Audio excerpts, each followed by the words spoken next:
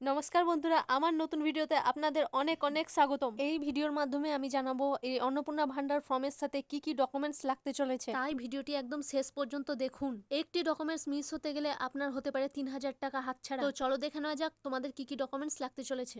অন্নপূর্ণা ভান্ডারের ফর্ম মূলত পরিবারের সমস্ত তথ্য সংগ্রহের জন্য তৈরি করা হয়েছে এইখানে। তাই ফর্ম পূরণের আগে নিচে যতগুলো ডকুমেন্টসের কথা এখন আমি বলবো, সেই ডকুমেন্টসের তথ্যগুলো আগে থেকে প্রস্তুত রাখুন, তাহলে খুব সহজে ও নির্ভুলভাবে আপনি আবেদন করতে পারবেন। টোটাল 12টা পেজের ফর্ম রয়েছে, সেই ফর্মে কোথাও একটা যদি আপনি ভুল করে দেন তাহলে আপনার পুরো ফর্মটি রিজেক্ট হয়ে যেতে পারে। ফর্ম পূরণের জন্য যেসব ডকুমেন্টসগুলো লাগবে সেগুলো হচ্ছে আপনাদের পরিবারে যতজন রয়েছে ততজনের Aadhaar card, voter card, digital ration card আর ব্যাংকের পাসবুক, যেইটা ডিবিটি লিঙ্ক রয়েছে আপনার আধার কার্ডের সঙ্গে, আর মোবাইল নাম্বারের সাথে যেটা লিঙ্ক করা রয়েছে, আধারের সাথে লিঙ্ক করা রয়েছে। ফ্যামিলি সবার প্রয়োজন। প্যান কার্ড, যদি আপনাদের প্যান কার্ড থাকে তাহলে প্যান কার্ড। আপনারা যদি ইডব্লিউএস সার্টিফিকেট থেকে থাকে তবে ইডব্লিউএস সার্টিফিকেটও এখানে লাগবে। আপনি বা আপনারা যেই জায়গায় বসবাস করছেন সেই জায়গার জমির কাগজপত্রের ফটোকপি লাগবে। আপনার বাড়িতে যদি বড় কোনো গাড়ি থাকে 4 চাক্কা যুক্ত, তবে সেটা রেজিস্ট্রেশন নাম্বার লাগবে। পেনশন স্লিপ, যদি আপনার বাড়িতে কেউ পেনশনার হন তবে সেই পেনশন স্লিপের ফটোকপি লাগবে। জিএসটি নাম্বার, আপনারা যদি ট্যাক্স প্রদান করে থাকেন তাহলে ওই জিএসটি নাম্বারের জেরক্স কপি লাগবে।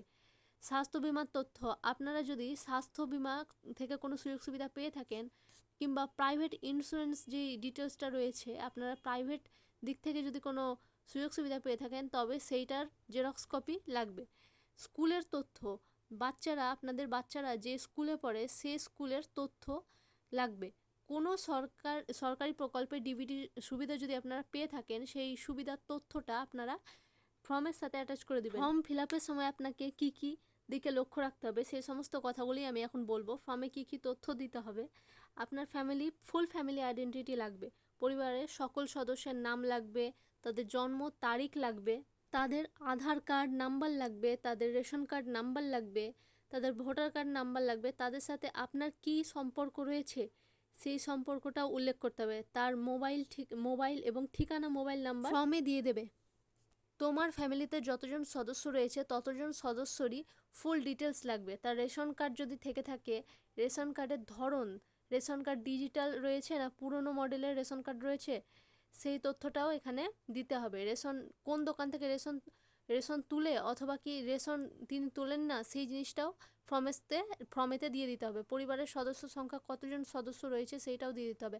আপনার বাড়ির জমির দলিল, গাড়ি সংক্রান্ত যেই সমস্ত রয়েছে সেই সমস্ত ডকুমেন্টসগুলো আপনাকে দিতে হবে এবং ফর্মেতে সেটা অ্যাটাচ করে দিতে হবে। আপনারা যদি স্বাস্থ্য বিমা পেয়ে থাকেন, স্বাস্থ্য বিমার কোনো সুযোগ সুবিধা পেয়ে থাকেন তবে সেইটাও ফর্মে উল্লেখ করে দিতে হবে।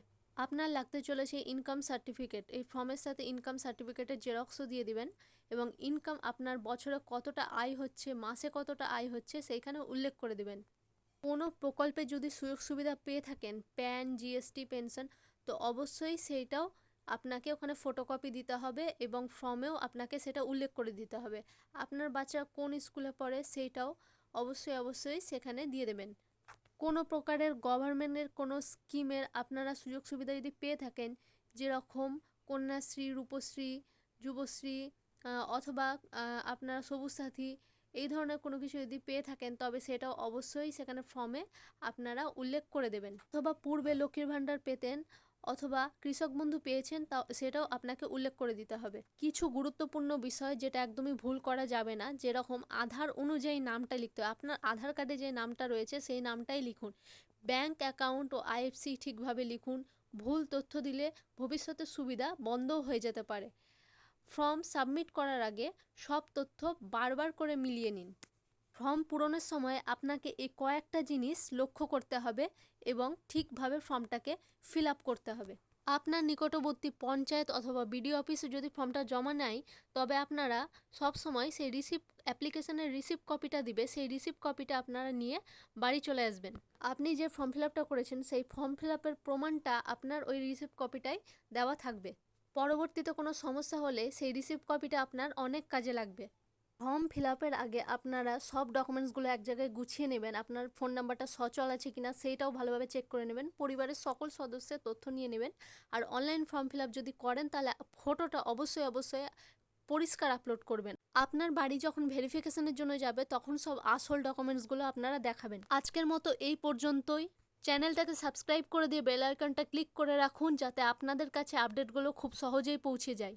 আবার দেখা হবে নতুন ভিডিওতে। ধন্যবাদ।